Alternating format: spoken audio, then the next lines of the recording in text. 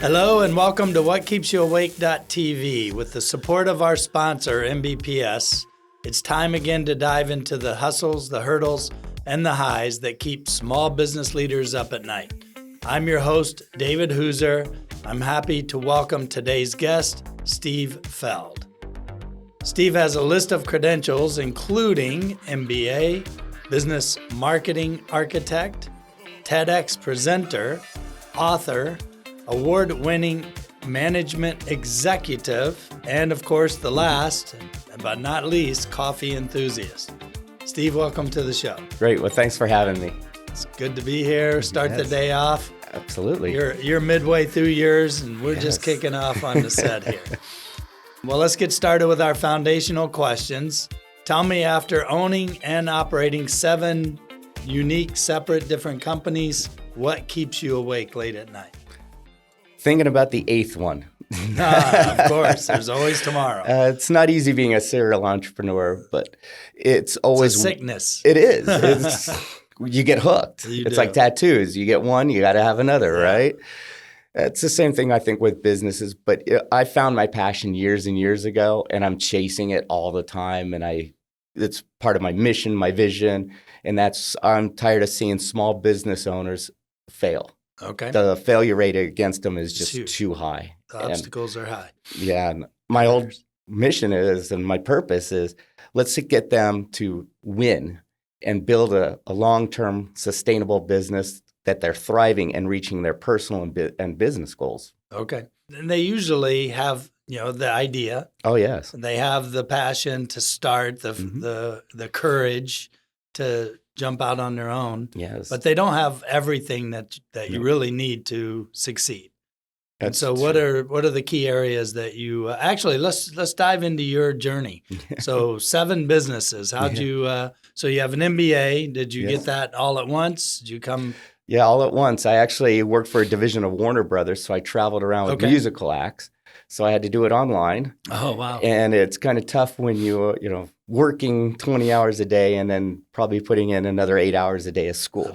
Yeah. That's the way it is, 28-hour days. I knocked it right through, but I got a tip from someone. They said, talk to your advisor, find out what the thesis will be before you start the program. So really? I did, and everything I did throughout the 2.5 years was building my thesis. Yeah. So all the projects I did, the same project over and over, just a different aspect of it, finance, accounting, marketing. Right. And then when it came thesis time, it was built. I just compiled it and I turned it in within 2 weeks. We had 6 months to do it, and they said, you're done.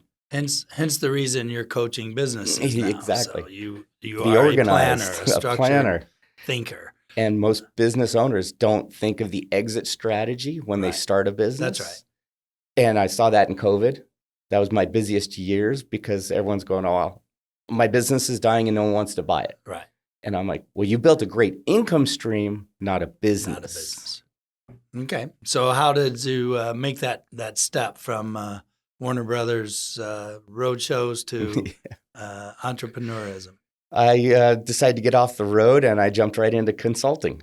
Okay. To get my chops wet and learn a lot more. So I found a medium-sized consulting firm, not one of the big boys where I'd get lost. And I found the right mentor. Okay. And kind of coached me along. And I'm like, oh, wait, I'm starting to see things from a totally different point of view now. And I started really using that MBA degree. Okay. Because it's not fluff in the MBA degree. It serves a purpose. It serves a purpose. All right. And I started noticing something. It's like, well, where my passion was. I've always been that kid selling something out of the lockers and all that, good and bad. And that's how I put myself through college. The gray market. Yeah, the gray market. There's laws, but it's gray. And I just started seeing my passion, and then I decided to pull the trigger, open up my first business, writing business plans. Business plans, okay. And I got in the tech space for some reason. I'm not a techie, and all my clients were techies because that was were they based in Arizona or all over based? U.S. Okay. And I just couldn't write business plans fast enough because they're trying to get the VC money. Yeah. And then I started noticing they're techies; they don't speak business. Right. So I started adding another element to my business of coaching them how to speak the language of business, which is numbers, marketing, facts. And everything was going good, and tech bubble burst. Well, so did my business. So this was around leading up to 2002 or 3? Right. Okay. So I learned a valuable lesson, and I did what any entrepreneur. First failure. But it was a learning lesson. Okay. And that's something a mentor taught me. They go, listen, these are not permanent failures. Right. They're learning lessons. Now, if you don't learn from them, they're a failure. They're a failure. You don't move through it. That's it. Maneuver your way around the problems.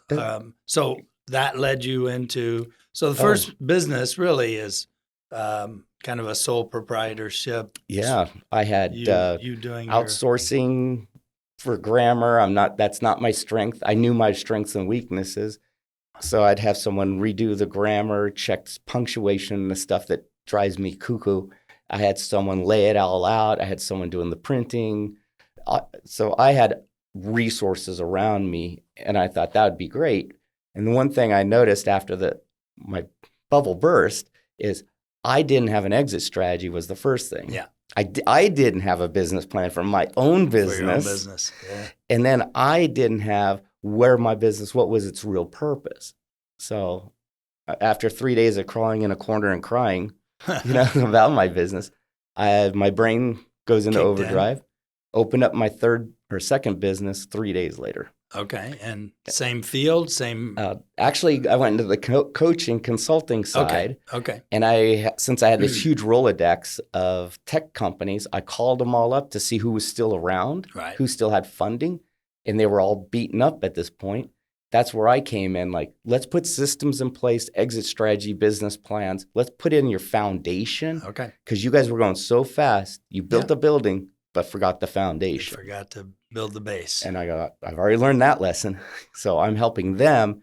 And that company, I had the intent to sell or merge. A year and a half later, I got an offer to sell. Okay. And I had 8 people by that time underneath me. So that was my first sale, and I hit my exit strategy. Okay, cool. And I was like, wait a minute, this is fun now. Works. All right. So what was the name of your second company? Feld Consulting Company. Okay, Feld Consulting. And another company had that same name in Texas, but they did different things. Okay. They were more on the tech side. Interesting. Okay. So I was like, so I sold my name separate than the company. So they would consult on a technical basis, not on an overall business operations. We did totally different things. They had the same name. I had the URL. So they wanted your customer base and your they wanted my URL. Yeah. Oh, they wanted your URL. There you go. So I said, you know what, I'll sell that. Another company wanted my people, systems, all the data, and I sold them separately. Oh, you did? You got 2 for 1. Yeah. All right. That's very, very creative and thoughtful because, again, like you said, you thought through what this looks like 2 years from now or could look like. Right. I mean, it may change, and that's okay. But that's fine. But at least you had the vision, and you could communicate that vision as you grew your company, and everyone would be functioning around the same goals. Absolutely. Because how do you know where you're going to take your business if you don't have a target? Right. Well, that was a lesson learned. Second company, my target was crystal clear. And of course, it's never a straight line. It's always the wigglies and ups and downs.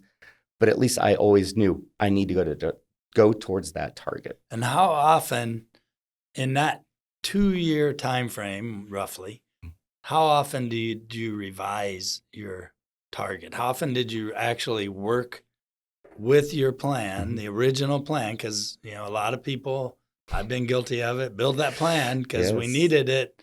We achieved the goal of that plan oftentimes, which is funding or, recruiting or whatever. And you get that in place and then you just start running and you don't revisit it. Revisit. It's true. And what I did was I did not what most business owners do. They create the plan, put it in a drawer or shelf, collects dust.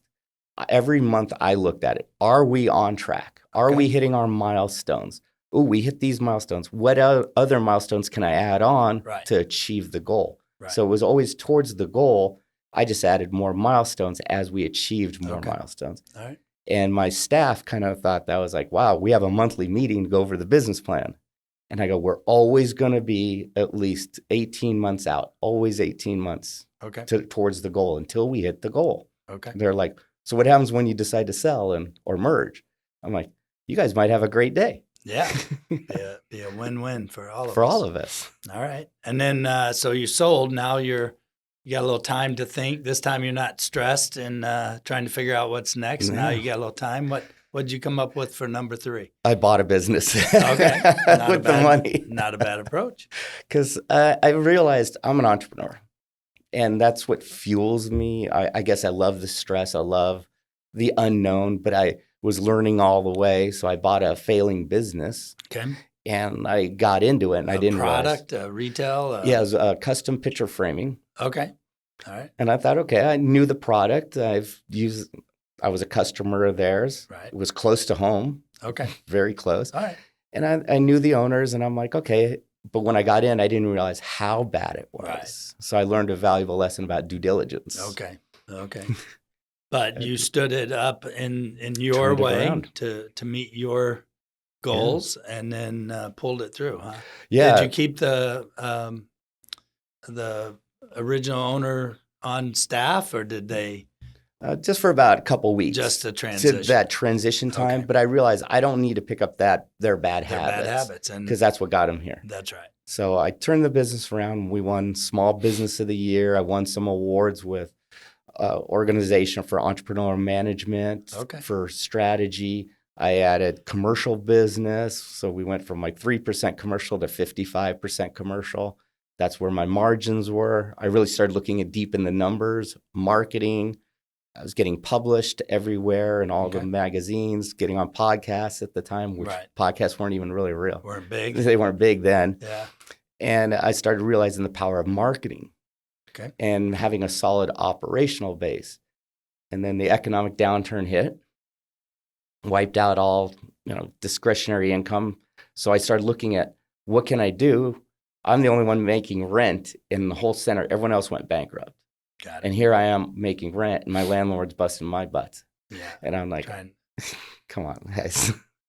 I'm the one paying you because I'm making a buck. Right. Well, a dime at that time. Yeah. The COVID factor put it down. Yeah. And so I started looking around. I'm like, wait, I'm a smart guy. I know business. I started looking at the pieces of my business because I knew I couldn't sell it with the economic downturn. Right. So I started looking at the pieces. I sold the pieces of my business, all my equipment, inventory off, more than what the business would be worth. Collectively. Okay. Yeah. Interesting. So it got that bad, though, that you felt it was time. It's time. Okay. The landlord kind of like, just the pressure. I was like, wait a minute. Meaning they were trying to increase your rent. Yeah. And I'm like, I'm the only one paying you. At a time when everyone else is going out of business. Yeah. Interesting. And they kept wanting my space. I'm like, well, we have like 5 spaces on both sides of me that are empty. Were they trying to sell the building themselves? No. I think they were just trying to squeeze me for more rent. Is that right? So interesting. I showed them. You certainly showed them. Okay. So now you've exited business number 3. Yeah. What came next? I went back into coaching and consulting. Okay. I started working again with small business owners and local, national. Okay, local. And then I started realizing it's like, wait, I can offer more and more and more. And so then I kind of phased that company into working with C-suite executives, doing coaching. Okay. And I started realizing a lot of things about myself too. And it's like, okay, great.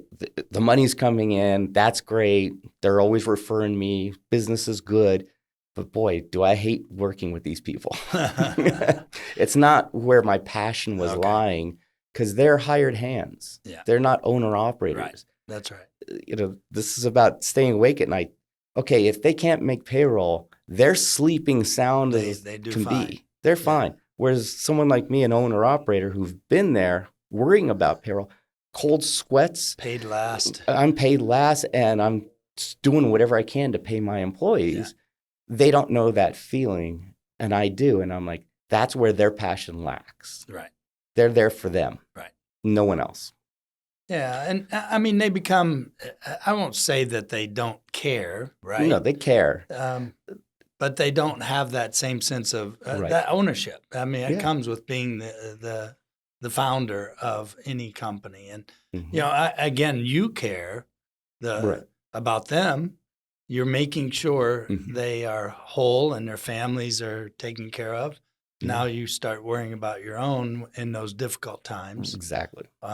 Or, you know, you have goals that you haven't met, so you have a little more drive as the founder, Mhm. as the leader of the enterprise, Right. to stretch yourself and or your resources, your team, your available, your free cash flow Yeah. to build those connections to the goals that now your stretch goals. Yes. So, and that's more fun to be with that individual because their thought processes. Exactly.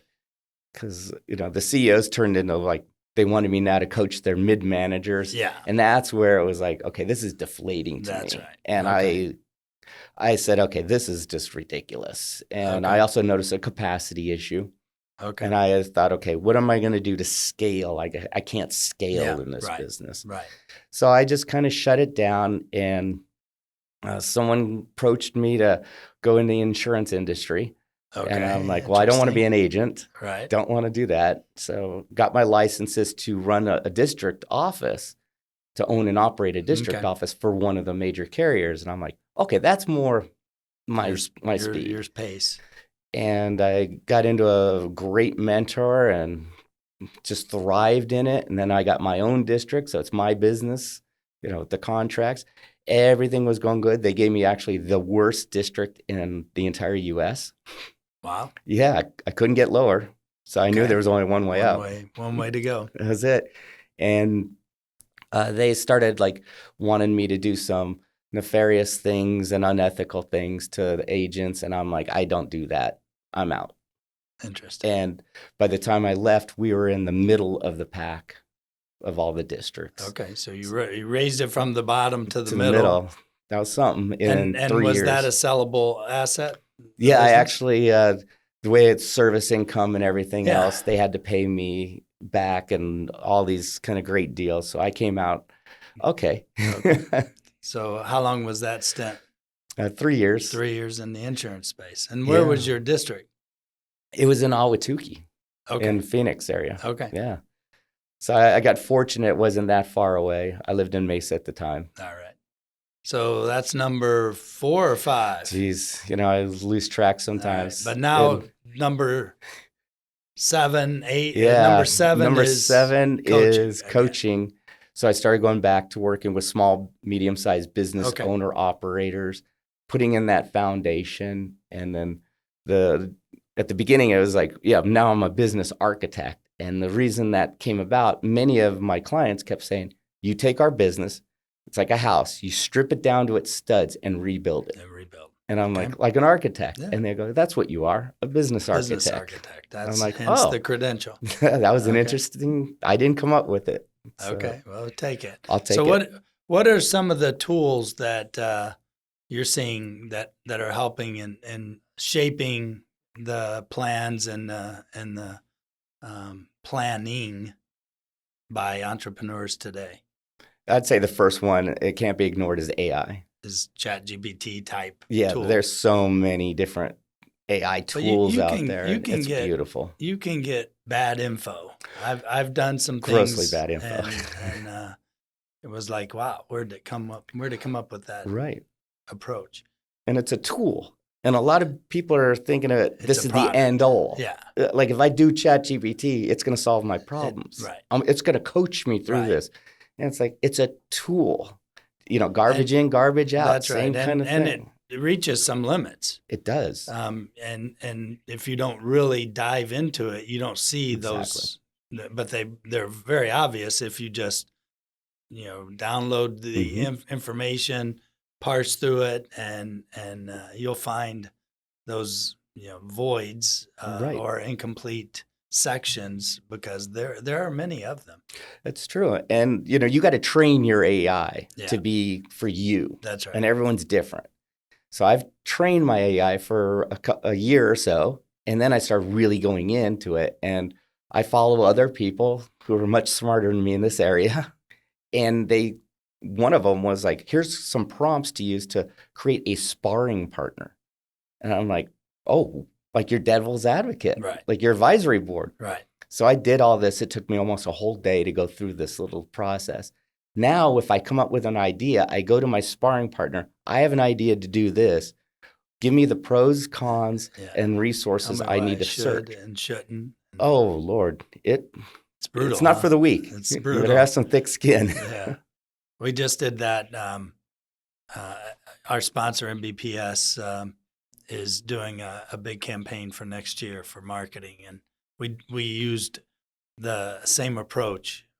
Is this good? Is this bad? Is this, and of course you take everything, as just an input, a single input. Yeah. But came up with some things, to think about.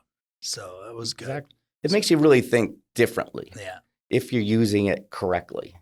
And I know a lot of business owners are going to it like, hey, how can I solve this accounting problem? It's like, well, now it's giving you the general nebulous advice and you go with it. And then you wonder why the IRS is pounding on your door. Is not happy with you. Yeah. Yeah. So what other tools or tips for the small business owner operator do you have as their coach? One thing I've brought on the second I learned about it was automation. Okay. Save your time, effort in so many different areas. I automate quite a few things. So, for example, I give away an ebook. Great, it's all automated. I see it. People signing up in the middle of the night. I don't have to worry about it. They get a series of email sequences that are targeted to them for that book. It makes life easier versus me going in and trying to write all these emails. Right. But you lose some personalization or contact touch point opportunities with those prospects through automation. I mean, it's important. It's kind of like AI. That's it. It can help you, but it can't replace you. Exactly. And I have triggers in my sequences. Okay. So it'll trigger me like, oh, they've just hit like this 8th email. So now it's time for me to reach out personally. So that. Or it triggers like on the 12th email to set up a call or ask them questions so they get engaged. Okay. So I try to put in the triggers to, prompt it a little bit more versus just letting it ride. All right. So we'll take a quick break and let you guys learn a little bit about our sponsor, and then we'll be right back with Steve.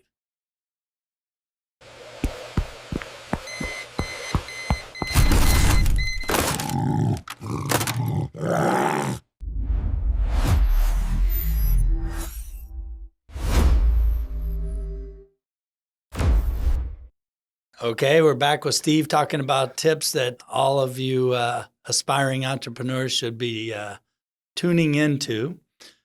So automation. So we talked a little bit about AI, a little bit about automating processes that make you more efficient and keep your prospective client or your existing client engaged in relevant activities with you.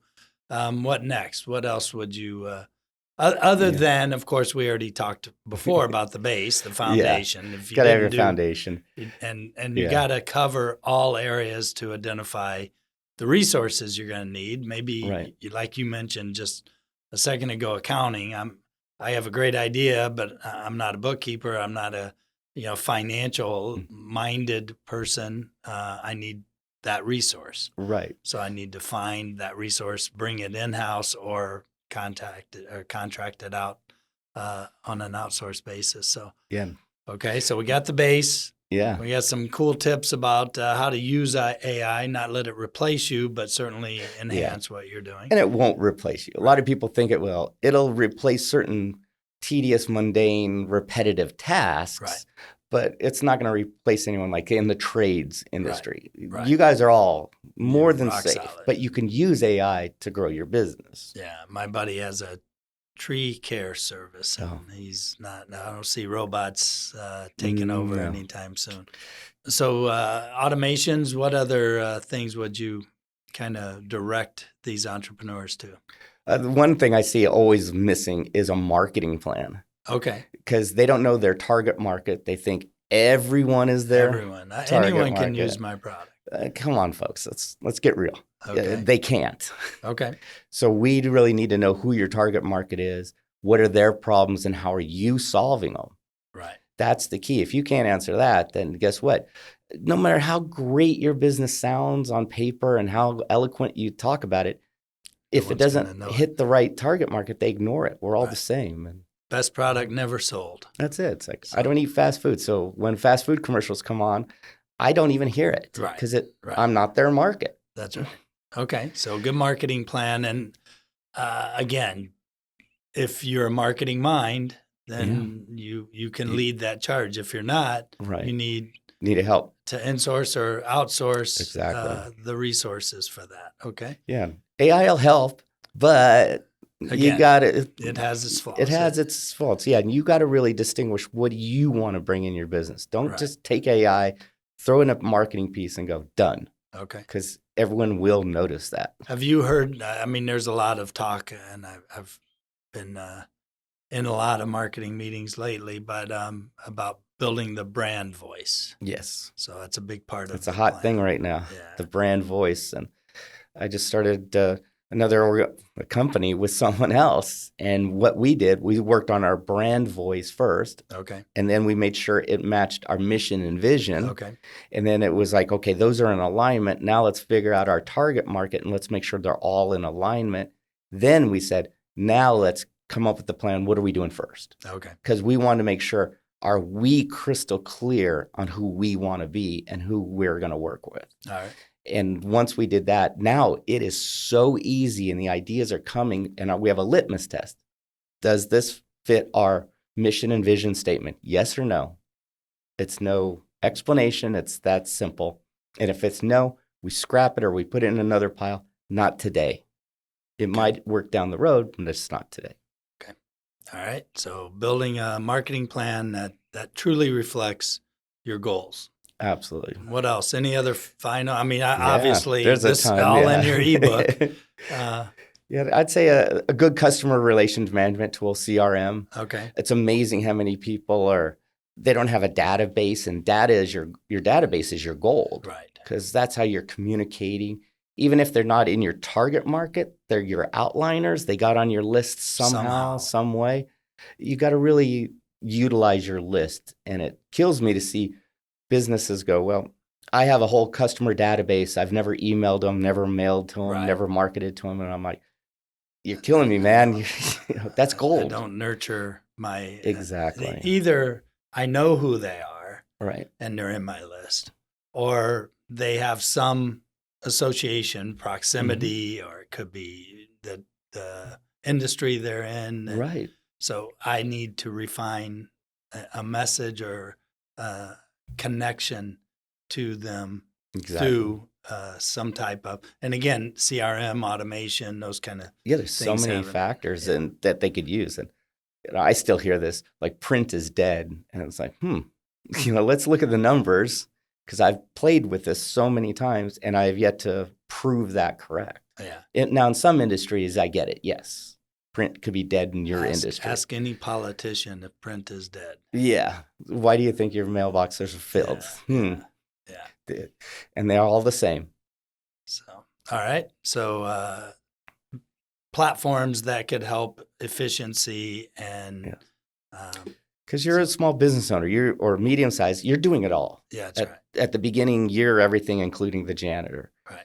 So you have to find ways to systemize things and put in processes to take things off your plate so you can focus on sales. That should be your first thing in business when you start, is sales. Not your website, not your business cards, sales. Right. Get your marketing message crystal clear, who your market is, get sales. Guess what? You get sales. Now you can build the website. Now you can get business cards. Now you can do all this. Right. And getting sales again, I just use this because like setting up, you had a difficult time getting an email off to me. Yeah. We just tightened down. I brought on our sponsor, tightened down our email, because we've had issues recently that impact our operation. So again, a lot of it comes just simply through the acts, mindless, acts of an employee having a bad day. Oh, That's click. Yeah. Oh no, cat what video. have I done? Yeah. Yeah. So you don't need that on your mind. No. So making sure that you've structured your business and brought in the tools and the platforms and the resources that help you operate efficiently, Absolutely, and reliably. And people. So Yes. same thing. Someone actually called me up and said, I went to your website and it's giving me a 404 error. Well, that's the last thing any business owner wants to hear. That's right. Your website's down. So I went and looked. It's not only down, it's behind the scenes. It was like what happened. It blew up. Right. So I can build a website, yes. Right. But am I the right person, the time, effort, and everything else? No. No. So I knew who to call, called them up. I'm in a crisis. Can we do this? And they go, we'll get you up with your old site within like 30 minutes, but we'll have to rebuild the whole thing. They looked into it. They had the whole thing up in less than 3 days. Okay. Brand new site, rebuilt from scratch. Yeah. And I'm much happier with it. It has more functionality. And it was like, well, I guess it was due to have a new website. Yeah, right. And it wasn't the most productive thing for you to be doing as the business owner. And that's where, you talked about accounting. Probably the number one thing most business owners don't like to do, hate, and don't understand. So why are you doing it? Right. I mean, you need to know the numbers. Yes. You need to learn how to them. Read your financials. Yeah, you need, but you don't need to keep the books. No, you don't need to do the books. Right. There's someone who loves doing it. They'll do it in 10 minutes, what takes you 5 hours, and it'll cost you pennies on your dollar. So what is your URL, your website? It's Biz Coach Steve, B-I-Z Coach B-I-Z, Steve. Coach Steve, okay. And it's up. And you can reach it. At least as of yesterday, I went inside. And who is the avatar, the client, ideal customer avatar for you? It's those small and medium-sized business owner operators that are either stagnating, declining, or they haven't reached their goals yet. Okay. And they know that I need a little extra help here. Okay. And I'll be honest, the first time I brought a coach on, you want to talk about someone who rejected all the input? Yeah. And when I did, it changed my life. So when you embraced it. When you finally got through this. It changed my life in 45 days. It was that fast. Okay. And I found the right coach for me. I interviewed many coaches. And that day I was like, oh my God, they got my train back on the tracks. Okay. They got me refocused and focused on what I should be doing. Even a coach can use a coach. I still have a coach. Okay. Well, how can I coach someone if I don't have a coach? If you don't have best practices and alternative thinking that a coach will bring to you. And I think that's what kind of separates me from many other coaches. Well, I've owned and operated businesses, so I know what they're going through. When they say, I don't feel good because I don't know how I'm going to make payroll, I go, dude, I've been there so many times. Yeah. I know what you're going through. And so I can talk to you and talk you off the cliff. Whereas someone who just jumped out of the corporate cubicle, they don't understand that. Right. So at bizcoachsteve.com. .com, yeah. And you say small, medium size, would small, because small could be a one person. Yeah, a lot of them I just started my business. Yeah. To 5, 10, 25 people in their team. To what's a medium-sized company size? Yeah, being in Arizona, medium size here is like 50. It's not federal size. Right. We got to think in Arizona, 98% of all the businesses in Arizona are considered small business owners. And if you really look at it in the federal point of view, they're all micros. Yeah. Owner, operator, mom and pop, restaurants, retail outlets. Okay. So anything from like 1 to 50 employees. A lot of times they're startups. So I have programs for, hey, I just got going. I don't know which way to go now. Got it. So I have programs for automated programs for them. All right. And then I go all the way up to like mastermind groups for business owners who've been in business for like 3+ years, who are like facing different issues. Right. So they talk a different language. Right. So I try to accommodate those kind of business owners, but I talk to them differently. 3 different markets, 3 different messages, 3 different missions. Okay. All right. Well, with that, we'll let you go about the second half of your day this morning. And we appreciate you joining us, Steve. It was great talking to you. Thanks for having me. And for all of you aspiring and early stage entrepreneurs, you need a coach. You need to make sure you're doing the right things. You're doing this for a reason. Make sure you know what that reason is. Let someone like Steve lead you through your journey. We appreciate you joining this episode. Remember to like or subscribe on your favorite podcast platform, and we'll catch you on a future episode.